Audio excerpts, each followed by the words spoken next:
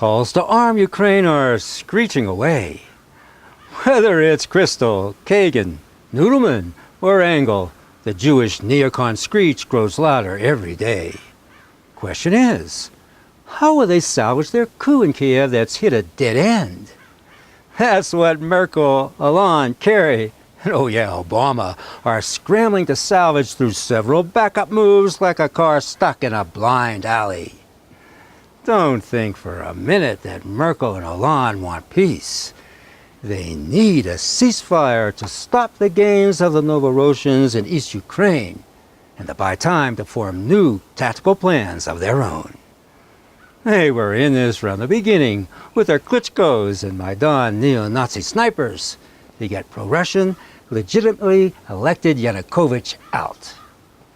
And the FEU Nuland pick went out. Yid got in, and democracy got kicked out. Right from the start, Merkel and Hollande were brokers of Nuland's deal to transition power in Ukraine. Obama took the script and simply obeyed. Mr. Putin made this decision around Crimea and Ukraine, not because of some grand strategy, but essentially because he was caught off balance by the protests in the Maidan and Yanukovych then fleeing after we had brokered a deal to transition power in Ukraine. The grand strategy is America's will to wage war against Russia to the death of the last Ukrainian. One of the conditions to go to war under the Western just war theory is having a reasonable expectation of winning. Merkel and Hollande don't think they can win right now via their proxy Kiev, so they're buying time, pushing a diplomatic solution. Everyone says Europe is fracturing, and America's influence is on the wane. Bull. It's a family tiff among NATO nations who are back for the huddle.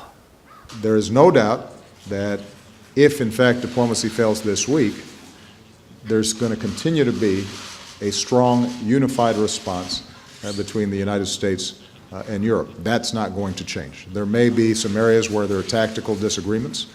There may not be.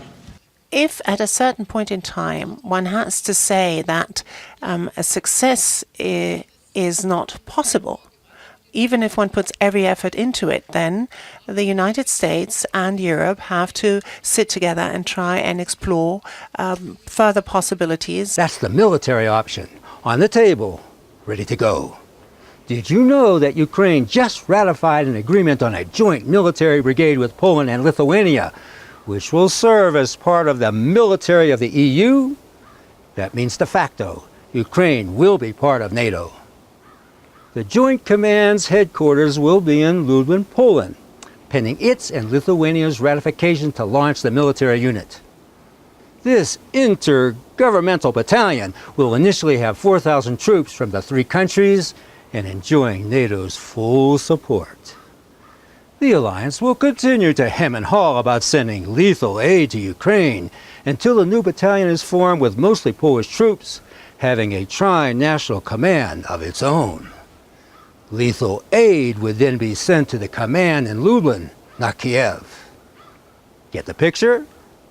Merkel and Hollande say they won't send arms to Kiev, but to Lublin, with an EU military outpost, yes they would, and to many more battalions throughout Eastern Europe to come. It's a grand strategy to knock off Russia as a world power, with some kabuki theater thrown in. Mr. Putin knows the script and will simply not obey.